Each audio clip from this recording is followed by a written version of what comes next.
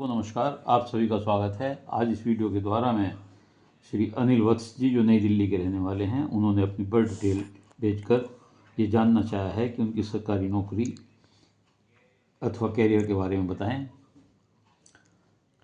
उनके द्वारा बताए गए समय के अनुसार जो उनका बर्थ चार्ट बनता है वह मिथुन लगन की कुंडली बनती है, जो आपके सामने है। ग्रहों की स्थिति कुंडली में इस प्रकार है। लगन में राहु है, दूसरे भाव में चंद्रमा है, सप्तम भाव में मंगल केतु है और दसम भाव में शुक्र है और 11वें भाव में सूर्य बुध है तथा 12वें भाव में गुरु व शनि है। ये आपके चार्ट की स्थिति, लगन की स्थिति है। आपका जन्म अश्लेषा नक्षत्र के द्वितीय चरण में हुआ है, जो मूल नक्षत्र का ये नक्षत्र है। यदि आपकी जन्म के समय मूल शांति ना कराई गई हो तो इसे करा लें। इससे अब आपको भविष्य में अच्छा रहेगा, सफलता मिलती रहेगी। जन्म आपका मिथुन लगन में हुआ है तथा कर्क राशि है आपकी उस समय। इसके साथ साथ लगन में राहु भी विराजमान है। लगन में राहु व्यक्तित्व को महत्वाकांक्षी बनाते हैं, बहुत चालाक व डिप्लोमेट बनाते हैं। ये अपना कार्य निकालने में किस आदमी से किस तरह बात की जाए, इसमें बहुत चतुर होते हैं, होशियार होते हैं। सफल व्यापारी भी होते हैं, वे राजनीतिक भी होते हैं सफल। उच्च पद प्रतिष्ठा प्राप्त कराता है राहु ऐसे लोगों को। ये लोग अपना फायदा देखकर कार्य करते हैं। गलत कार्य करने में भी कभी कभी नहीं हिचकते। हालांकि इन्हें इससे बचना चाहिए, क्योंकि शनि 12वें भाव में बैठकर अगर आप गलत कार्य करेंगे तो आपको कानूनी प्रक्रिया से गुजरना पड़ सकता है। राहु यहाँ बैठकर आपके वैवाहिक संबंधों में भी बाधा डालते हैं, डिले करते हैं, विलंब करते हैं।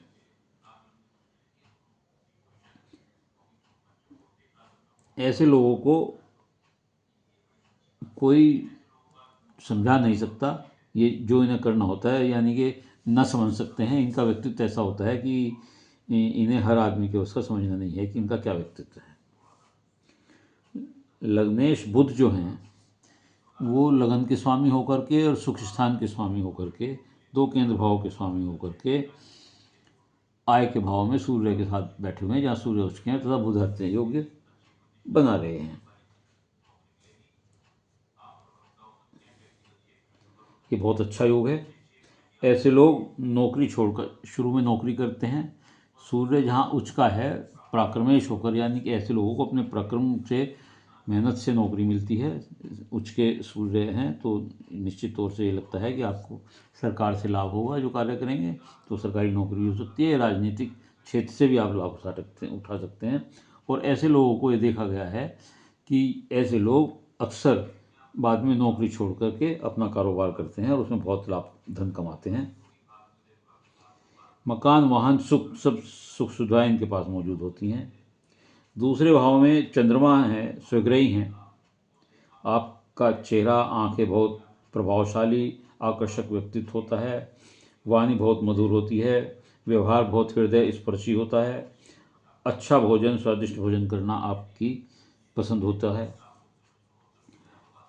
शुक्र व गुरु, आप इस कुंडली में एक विशेष योग ये है कि जो शुक्र हैं वो मूल त्रिकोण के पंचमेश के स्वामी होकर के और विदेश भाव के स्वामी, 12वें भाव के स्वामी होकर के, उच्च के होकर के दसम भाव में बैठे हैं। ये बहुत अच्छा योग है। और इसके साथ साथ एक और योग ये है कि जो गुरु दसम भाव है इसके स्वामी गुरु हैं, और जो सप्तम भाव के भी स्वामी हैं, ये दोनों, ये दैनिक रोजगार के हैं और हमारे सब नौकरी के राज्य भाव के स्वामी हैं। इन दोनों केंद्र भाव के स्वामी होकर गुरु शुक्र के भाव में बैठे हुए हैं और शुक्र गुरु के भाव में अनन्य ग्रह परिवर्तन योग है। ऐसी स्थिति में ऐसे लोगों का विदेश में निवास करना, विदेश में सेटल हो जाना बाद में स्पष्ट प्रतीत होता है। या नौकरी के दौरान भी ऐसे लोग विदेश में जा सकते हैं। शुक्र टूरिज्म डिपार्टमेंट में सर्विस दिला सकता है, ट्रांसपोर्ट से संबंधित आपको कार्य करा सकता है।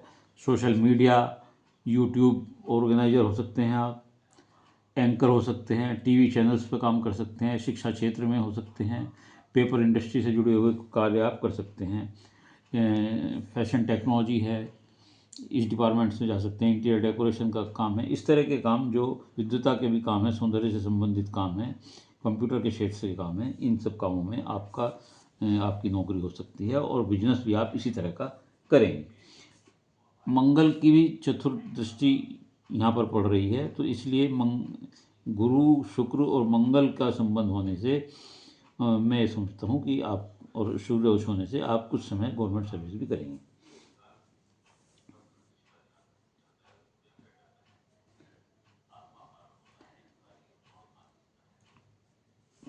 अब हम अगर देखते हैं, शनि यहाँ 12वें भाव में बैठे हुए हैं, किसके स्वामी होकर, अष्टम के स्वामी होकर के, और 9वें भाव के स्वामी होकर के 12वें भाव में बैठे हैं। तो शनि जो है ये कानूनी उलझन दे सकते हैं, रिसर्च दे सकते हैं, चोट फेंट हड्डियों की परेशानी दे सकते हैं। लेकिन यहाँ बैठकर ये छठे भाव को भी देखते हैं, तो आपके रोगों को जल्दी रोग मुक्त करते हैं, शत्रु का नाश करते हैं, या शत्रुओं पर विजय दिलाते हैं। तीसरी दृष्टि कुटुंब पे भी है, तो ऐसे लोग कुटुंब से भी दूर रहते हैं। 36वें भाग्येशों की शनि है और इसमें बैठे हैं, तो भाग्य थोड़ा लेट उदय होता है आपका, तो ये भाग्य 36 के बाद ऐसे लोगों का पुण्य भाग्य उदय होता है। और ये जो शुक्र है यहाँ पर, उच्च के शुक्र हैं, 10वें भाव में है, ये आपको प्रेम प्रसंग भी देते हैं, लेकिन ये विशेष ध्यान रखने की बात होनी चाहिए, आपको इस स्थिति में नहीं पड़ना चाहिए, क्योंकि कभी कभी आपके सुखद वैवाहिक जीवन को ये शुक्र की यहाँ उपस्थिति आपका चाहे अनचाहे अचानक कोई भी किसी तरह का अगर कहीं अफेयर्स बनता है तो वो आपको परेशान करेगा। इसलिए आपको इसमें विशेष सतर्क रह कर रहना चाहिए कि कोई स्थिति इस प्रकार की ना बने कि आपके कैरियर पर इसका कोई प्रभाव पड़े। कभी कभी झूठे आरोप भी लग जाते हैं, ऐसा नहीं है कि ऐसा हो, झूठे आरोप भी लग जाते हैं, लेकिन इसीलिए मैंने कहा कि आपको बहुत इस तरफ ध्यान से जागरूकता के साथ अपना व्यवहार रखना चाहिए, किसी को कोई गलतफहमी नहीं होनी चाहिए। ऐसे लोग 10वें भाव में जब उच्च के शुक्र होते हैं, पद प्रतिष्ठा, मान, समाज में प्रसिद्धि, कैरियर में सफलता, उच्च लोगों से संपर्क होता है। ये लोग कई व्यवसाय भी बदल सकते हैं, कई व्यवसाय भी करते हैं। ऐसे लोगों की पत्नी सुंदर होती है और पत्नी पक्ष से और ससुराल से इनको लाभ प्राप्त होता है। विदेश में ये सेटल हो सकते हैं, काफ़ी संभावनाएं हैं, या विदेश से व्यापारिक संबंध इनके बन सकते हैं। मंगल 7वें भाव में केतु के साथ बैठे हुए हैं, जो आपको मांगलिक भी बनाते हैं, और केतु विवाह को पोस्टपोन कराते हैं, डिले कराते हैं। राहु की दृष्टि भी यहाँ पर पड़ी हुई है। तो ऐसी स्थिति में जो विवाह है वो डिले होने की संभावना होती है। उसमें गृहस्थ सुख में, सुख भोगने में या गृहस्थ सुख का आनंद लेने में व्यवधान पैदा करते हैं केतु। विवाह होने के बाद कोई डिस्प्यूट भी हो सकता है। ये गुरु का घर है, तो किसी ना किसी रूप से कोई मुकदमेबाजी के भी योग हो सकते हैं। तो इन चीज़ों को देखते हुए थोड़ा सा सोच समझ कर कार्य करें। कैरियर मैंने आपको बताया कि व्यापार और नौकरी दोनों हैं।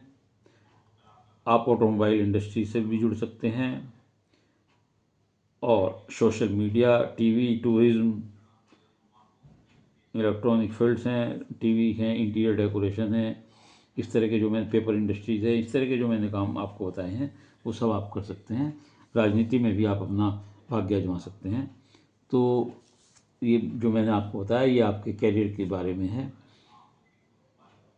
प्रयास से आपको सरकारी नौकरी मिलने की संभावना है, लेकिन आप बाद में नौकरी छोड़ करके व्यापार में आएंगे,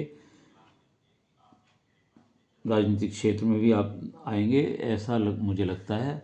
लेकिन आपको इसके लिए राहु का उपाय करना पड़ेगा, मंगल केतु का उपाय करना पड़ेगा, और शनि का उपाय करें तो आपको बहुत सफलता मिलेगी। उम्मीद है कि आपको ये वीडियो पसंद आई होगी। यदि आपको ये वीडियो अच्छी लगी हो तो इसे लाइक करिएगा, शेयर करिएगा, कमेंट्स बॉक्स में जाकर अपने विचार लिखिएगा। इसके अलावा यदि किसी और का कोई प्रश्न हो तो वह अपनी डिटेल भेजकर मेरे चैनल को सब्सक्राइब करते हुए अपना प्रश्न पूछ सकते हैं। मैं उत्तर अवश्य दूंगा, लेकिन उत्तर के लिए आपको धैर्य से इंतजार करना पड़ेगा। और उम्मीद करता हूँ कि आप इंतज़ार करने में मुझे सहयोग देंगे ताकि मैं आपकी सेवा इसी प्रकार करता रहूँ। धन्यवाद।